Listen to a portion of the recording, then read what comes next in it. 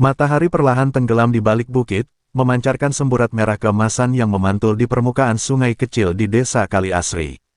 Arya, seorang pemuda desa yang sering menghabiskan waktunya memancing, sedang duduk di tepi sungai dengan kail di tangannya.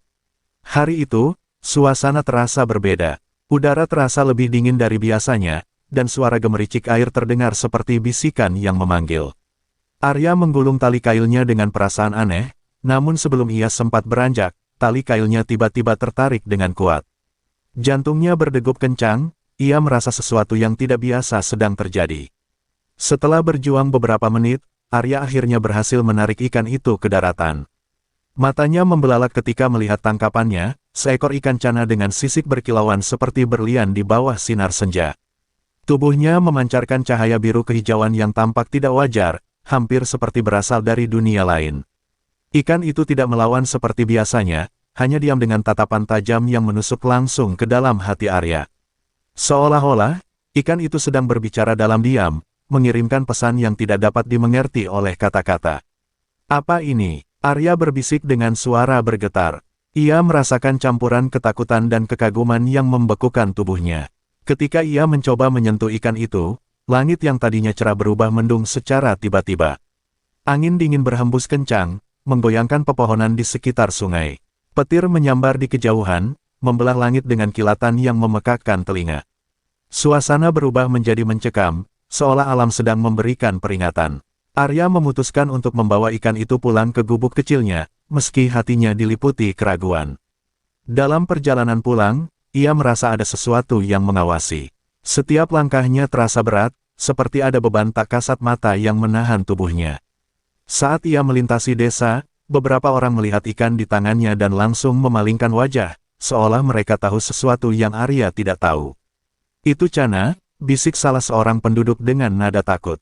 Arya menoleh, tetapi orang itu buru-buru menutup pintu rumahnya. Malam itu, Arya tidak bisa tidur. Ikan cana yang ia letakkan di sebuah baskom besar tampak tidak seperti ikan biasa. Cahaya dari tubuhnya masih bersinar redup, menerangi sudut gubuk yang gelap. Saat Arya memejamkan mata, ia mulai bermimpi. Dalam mimpinya, ia melihat sungai yang jernih berubah menjadi hitam pekat. Ikan-ikan mati mengambang di permukaannya, dan suara gemuruh air yang meluap membanjiri desa. Ketika ia terbangun dengan keringat dingin, ia mendapati ikan itu menatapnya, diam tapi penuh makna.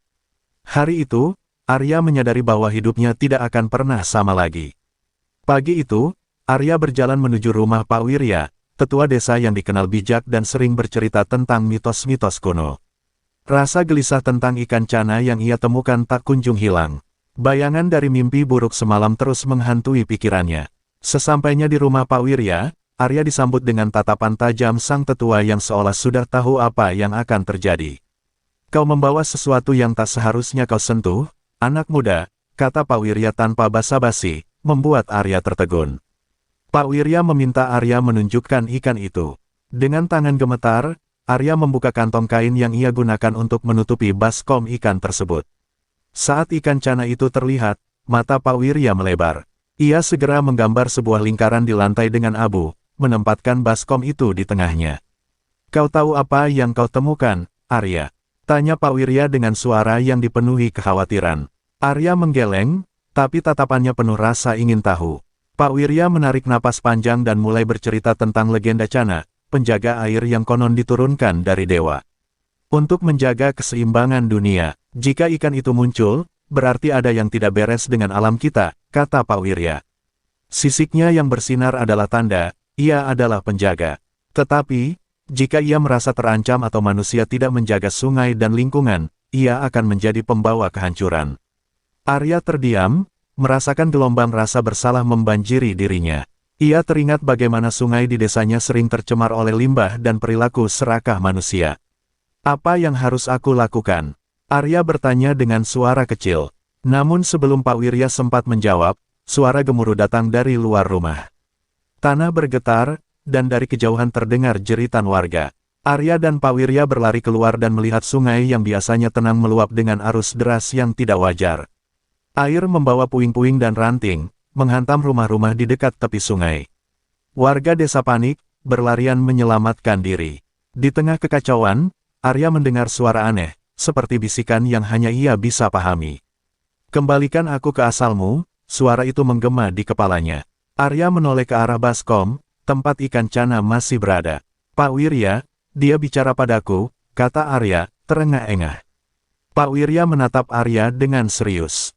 Kalau begitu, waktumu tak banyak, Arya. Ikan itu harus kembali ke tempatnya sebelum semuanya terlambat. Namun, perjalananmu tidak akan mudah. Ada kekuatan yang tidak ingin kau berhasil.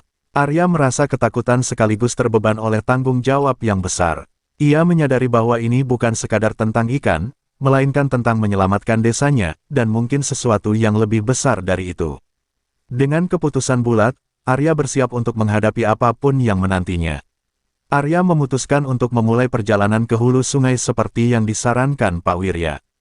Namun, kabar tentang ikan cana yang langka itu telah menyebar dengan cepat. Pak Dharma, seorang pengusaha kaya yang selama ini dikenal sebagai perusak alam, mendengar berita tersebut. Ia melihat ikan itu bukan hanya sebagai spesies mistis, tetapi juga peluang besar untuk mendulang kekayaan dan kekuasaan.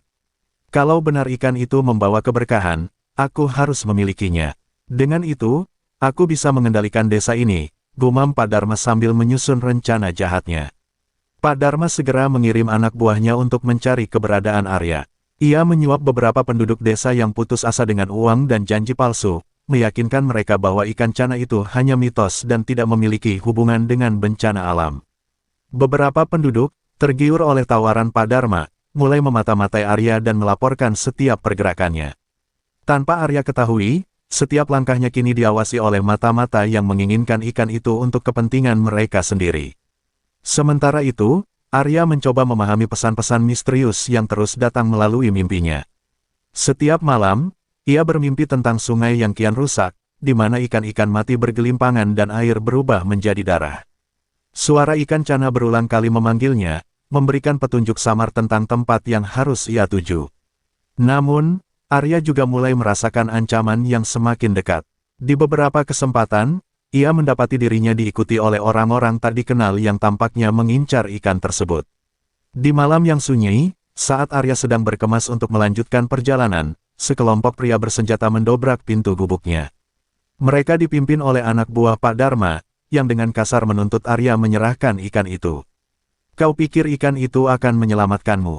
Itu hanya makhluk biasa. Berikan padaku, dan aku pastikan kau tetap hidup, ancam salah satu pria sambil mengacungkan parang.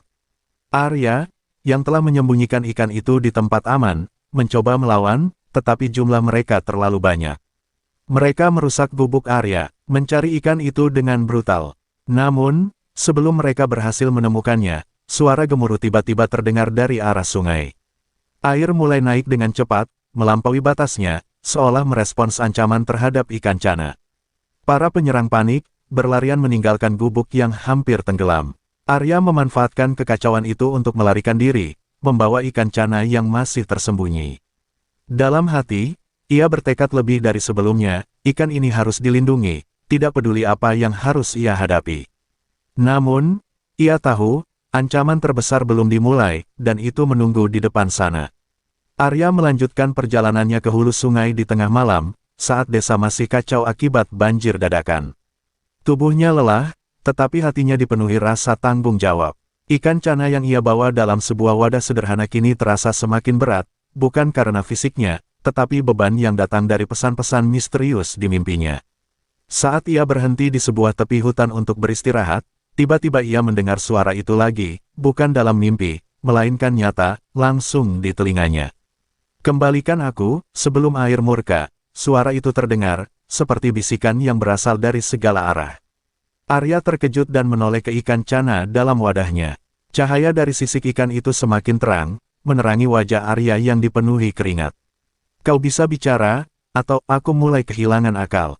Arya bertanya dengan suara gemetar. Tapi ikan itu hanya menatapnya, diam namun penuh makna. Mendadak, Arya merasa seperti ada aliran energi masuk ke dalam tubuhnya.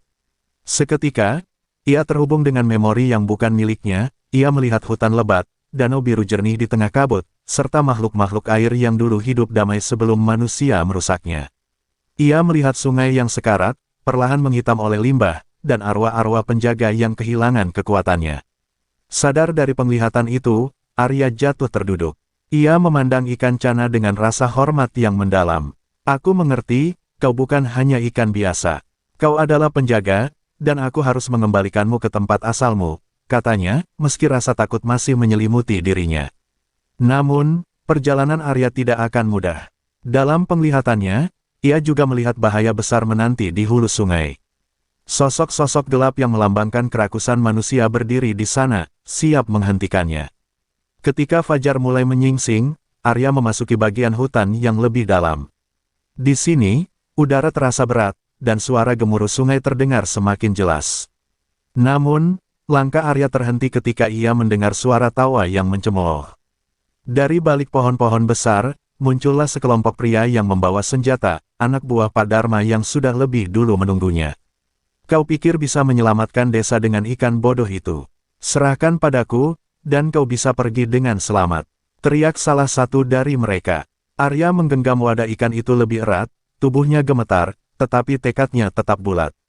Saat para pria itu mulai mendekat, sesuatu yang luar biasa terjadi. Cahaya dari ikan cana mendadak memancar sangat terang, menyilaukan mata mereka. Dalam sekejap, air sungai yang mengalir di dekatnya melonjak tinggi, menciptakan dinding air yang menghalangi para pengejar. Di tengah kekacauan itu, suara ikan cana terdengar lagi di kepala Arya, "Pergilah, waktumu semakin sedikit." Tanpa berpikir panjang, Arya berlari menembus hutan, meninggalkan para pengejarnya yang terjebak di balik dinding air. Meski ia selamat untuk saat ini, Arya tahu bahwa tantangan sebenarnya baru saja dimulai, dan taruhannya lebih besar dari sekadar nyawanya sendiri. Arya melangkah lebih dalam ke dalam hutan yang kian lebat, dengan suara sungai deras menjadi panduan langkahnya. Udara di sekitarnya terasa dingin, meski matahari sudah mulai meninggi. Rasa cemas terus menghantuinya, seolah ada sesuatu yang mengintai dari balik bayang-bayang pepohonan. Di tengah perjalanan, ia melihat jejak kaki manusia yang jelas terpatri di tanah basah. Ia tahu bahwa para pengejarnya, anak buah Pak Dharma, tidak jauh di belakang. Namun, suara di dalam kepalanya terus memandu, memberikan keberanian meski bahaya semakin mendekat. "Jangan berhenti, kau hampir sampai," suara ikan cana berbisik. Di tengah jalan, Arya tiba di sebuah jembatan gantung tua yang menghubungkan dua tebing di atas sungai. Tali-tali jembatan itu sudah rapuh, beberapa papan kayunya pun hilang. Namun, tidak ada pilihan lain. Dengan hati-hati, Arya melangkah, merasa setiap papan yang diinjaknya bisa runtuh kapan saja. Saat ia hampir mencapai ujung, suara tembakan mendadak menggema dari belakang. Sebuah peluru melesat dan menghantam papan kayu di dekat kakinya, membuat jembatan bergoyang hebat. Arya berpegangan erat, matanya melirik ke arah anak buah Pak Dharma yang kini muncul dari dalam hutan dengan senjata di tangan. "Serahkan ikan itu, atau kau tidak akan keluar hidup-hidup," teriak salah satu dari mereka. Arya menggenggam wadah ikan cana lebih erat. "Kalian tidak akan mengerti. Ini bukan hanya tentang ikan. Ini tentang kita semua," jawabnya dengan suara penuh ketegasan, meski tubuhnya gemetar. Anak buah Pak Dharma tidak peduli. Mereka mulai menyeberangi jembatan, mendekati Arya dengan cepat. Namun, sebelum mereka bisa mencapainya, sebuah gemuruh besar terdengar dari bawah. Sungai di bawah mereka mendadak meluap, arusnya naik dengan cepat, menghantam tiang-tiang jembatan. Dalam sekejap, tali jembatan putus, membuat para pengejar jatuh ke arus deras, teriakan mereka lenyap ditelan gemuruh air. Arya berhasil melompat ke tebing seberang tepat sebelum jembatan runtuh sepenuhnya. Napasnya tersengal-sengal, tubuhnya penuh luka akibat ranting dan bebatuan. Namun, ia tidak berhenti. Di kejauhan, ia melihat puncak bukit dengan aliran air terjun kecil yang bercahaya. Ia tahu itu adalah tempat yang dicarinya, tempat asal ikan cana.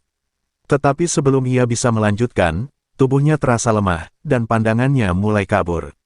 Suara ikan cana terdengar kembali di kepalanya, kali ini lebih lembut, tetapi mendesak. "Kau tidak sendiri, Arya. Kekuatanmu adalah keberanianmu. Bangkitlah." Dengan sisa tenaga, Arya berdiri. Di depan sana, ia tahu, adalah tujuan yang telah ia perjuangkan.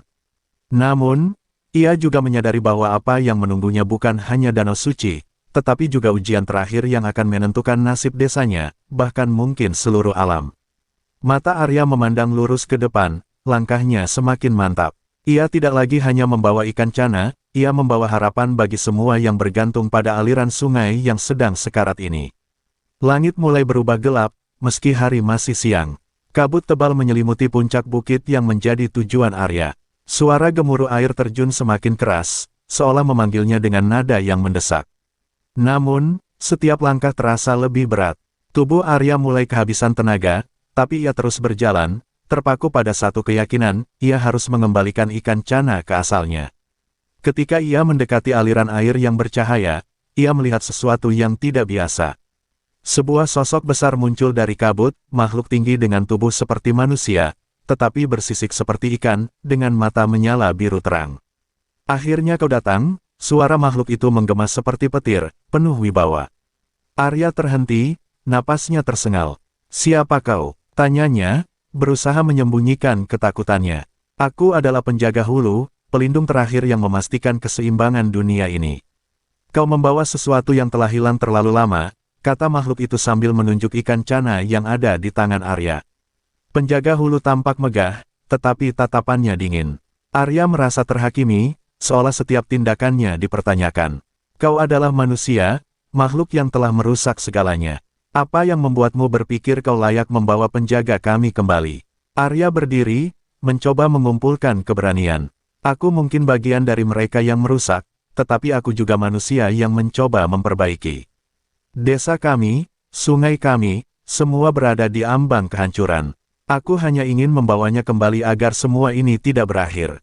Suaranya gemetar, tetapi matanya menunjukkan tekad. Penjaga hulu mendekat, mengamati Arya dengan seksama. Keberanianmu mengagumkan, tetapi pengorbanan diperlukan. Untuk mengembalikannya ke tempatnya, kau harus melepaskan segalanya, bahkan mungkin nyawamu, katanya dengan nada dingin. Kata-kata itu menusuk hati Arya. Ia menyadari, perjalanan ini bukan hanya tentang membawa ikan cana kembali, tetapi juga membayar harga untuk kelalaian manusia. Sebelum Arya sempat menjawab, tanah di sekitarnya berguncang hebat. Dari dalam kabut muncul bayangan lain, Pak Dharma, bersama beberapa anak buahnya yang tersisa. Jadi ini tempat sakral itu, gumam Pak Dharma dengan seringai licik. Ia mengeluarkan sebuah kotak logam berukir, tampak seperti alat kuno, dan menahannya tinggi-tinggi. Kekuatan ikan itu akan menjadi milikku. Teriaknya, penjaga hulu segera berubah garang, menggeram seperti petir yang memecah langit. Berhenti, kau akan membangunkan kemarahan air jika melanggar tempat ini. Serunya, tetapi Pak Dharma tidak peduli. Ia melangkah lebih dekat ke Arya, matanya hanya tertuju pada ikan cana. Saat ketegangan memuncak, ikan cana dalam wadah Arya tiba-tiba bercahaya lebih terang dari sebelumnya. Cahaya itu menyebar, membuat semua orang memejamkan mata. Ketika mereka membukanya lagi, Arya telah berdiri di depan penjaga hulu dengan tubuhnya diselimuti cahaya sama. Ikan cana melayang keluar dari wadah, menuju aliran air terjun, tetapi suara dalam kepala Arya masih terdengar, pilih, Arya. Lindungi aku dengan jiwamu, atau biarkan semuanya berakhir di sini. Arya tahu, tidak ada jalan lain. Ia menguatkan hatinya, memandang Pak Dharma yang masih berusaha mendekat, dan berkata, aku memilih untuk melindungi. Dengan itu, cahaya dari ikan cana melesat ke langit, menggetarkan bumi, membuka babak akhir perjuangan Arya. Langit yang semula gelap kini memancarkan semburat biru keperakan. Cahaya dari ikan cana terus melesat ke langit, menyelimuti bukit dengan aura magis yang membuat semua orang terdiam. Arya berdiri dengan tubuh bergetar, merasakan energi yang mengalir deras ke dalam dirinya. Penjaga hulu memandangnya dengan sorot mata penuh penghormatan, sementara Pak Dharma dan anak buahnya, yang semula penuh percaya diri, mulai terlihat ketakutan. Apa yang terjadi? Apa yang kau lakukan? Teriak Pak Dharma, suaranya dipenuhi kepanikan. Tiba-tiba, dari aliran air terjun yang bercahaya, muncul arwah-arwah penjaga sungai. Mereka menyerupai siluet-siluet manusia yang terbuat dari air, bergerak anggun tetapi penuh kewibawaan. Salah satu arwah melayang ke arah Arya. Anak manusia, kau telah membuktikan keberanianmu. Tapi setiap pilihan memiliki konsekuensi. Jika kau benar-benar ingin mengembalikan keseimbangan, kau harus menyerahkan sesuatu yang paling berharga dalam hidupmu. Suara itu lembut, tetapi membawa beban yang berat. Arya terdiam, memahami apa yang dimaksud. Ia memikirkan keluarganya, desanya, dan masa depan yang mungkin hilang jika ia gagal. Di sisi lain, Pak Dharma mulai melangkah mundur, tetapi arwah-arwah penjaga menghalangi jalannya. Kau yang membawa kehancuran, keserakahanmu telah mencemari sungai ini, dan sekarang kau akan menghadapi hukumanmu, kata salah satu arwah dengan nada dingin. Air dari sungai mulai naik, membentuk pusaran yang mengelilingi Pak Dharma. Ia berteriak, memohon ampun, tetapi tidak ada yang mendengarkan. Pusaran itu menyeretnya perlahan ke tengah sungai, meninggalkan anak buahnya yang hanya bisa menyaksikan dalam ketakutan. Arya menutup matanya, berusaha menguatkan hati. Ia melangkah maju ke aliran air terjun yang bercahaya, memandang ikan cana yang kini melayang di tengah arus. Aku siap, katanya dengan suara yang bergetar, tetapi penuh keteguhan. Dalam sekejap, tubuhnya diselimuti cahaya yang semakin terang, membuatnya tampak seperti satu dengan ikan cana. Semua rasa sakit, kelelahan, dan ketakutannya lenyap, digantikan dengan perasaan damai yang tak terlukiskan. Cahaya itu menyebar, mengalir ke setiap penjuru sungai, menghidupkan kembali aliran yang sekarat.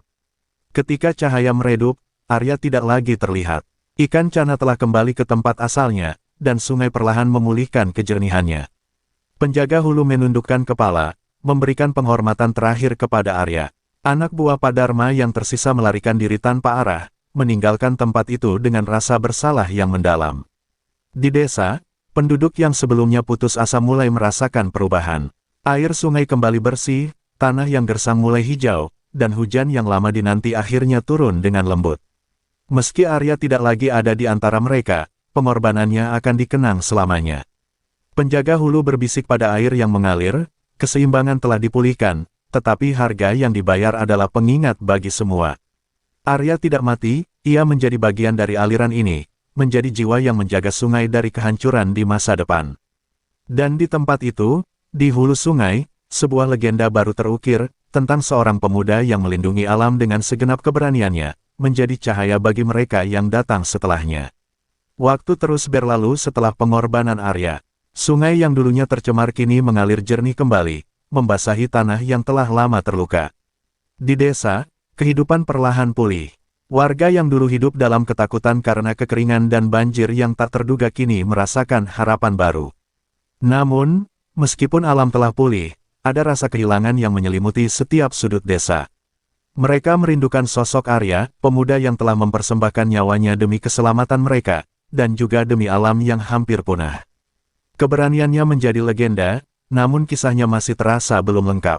Suatu malam, ketika bintang-bintang terlihat cerah di langit, seorang anak laki-laki bernama Dika berdiri di tepi sungai. Ia memandang ke arah aliran yang jernih, merasa ada sesuatu yang aneh. Sejak peristiwa itu, ia sering merasa ada kekuatan yang menariknya, seolah sungai itu menyebut namanya. Ia tahu cerita tentang Arya, namun entah kenapa, hatinya merasa terhubung dengan pemuda itu, meski ia tidak pernah mengenalnya. Tanpa pikir panjang, Dika memutuskan untuk pergi ke hulu sungai, tempat yang disebut-sebut sebagai tempat terakhir Arya. Mungkin, hanya di sana ia bisa menemukan jawaban. Dika mengikuti jejak-jejak yang telah tertinggal di tanah, menuju arah yang pernah dilalui Arya. Seiring ia mendekati air terjun bercahaya, kabut kembali menyelimuti jalannya, dan suara gemericik air mulai terdengar lebih jelas. Sesampainya di sana, ia merasa seperti ada sesuatu yang menunggu, sesuatu yang tidak bisa dijelaskan dengan kata-kata. Tiba-tiba, arwah penjaga hulu muncul di hadapannya, menatapnya dengan tatapan yang dalam dan penuh makna. "Kau datang," ujar penjaga itu, suaranya seperti angin yang berbisik di tengah hutan. "Apa yang kau cari, anak muda?" Dika menelan ludah, merasa tak mampu berkata-kata. Namun, keberaniannya yang sama dengan Arya membuatnya tetap berdiri tegak. "Aku merasa ada yang memanggilku, aku ingin tahu lebih banyak. Tentang Arya, tentang sungai ini, dan tentang pengorbanan yang terjadi." Penjaga hulu memandang Dika sejenak, seolah menimbang-nimbang. "Kau adalah kelanjutan dari kisah yang telah dimulai. Seperti Arya, kau dipilih untuk melindungi sungai ini. Namun, ingatlah, sungai ini bukan hanya mengalirkan air, ia mengalirkan kehidupan, dan itu adalah warisan yang harus dijaga dengan bijaksana." Dika terdiam, memahami bahwa perjalanannya baru saja dimulai. Penjaga hulu mengulurkan tangan, dan di dalam genggamannya, Dika merasakan sesuatu yang luar biasa. Sebuah kekuatan yang memadukan alam, jiwa, dan keberanian, yang telah diwariskan oleh Arya. Tanggung jawab ini bukan beban, tetapi sebuah kehormatan, kata penjaga hulu.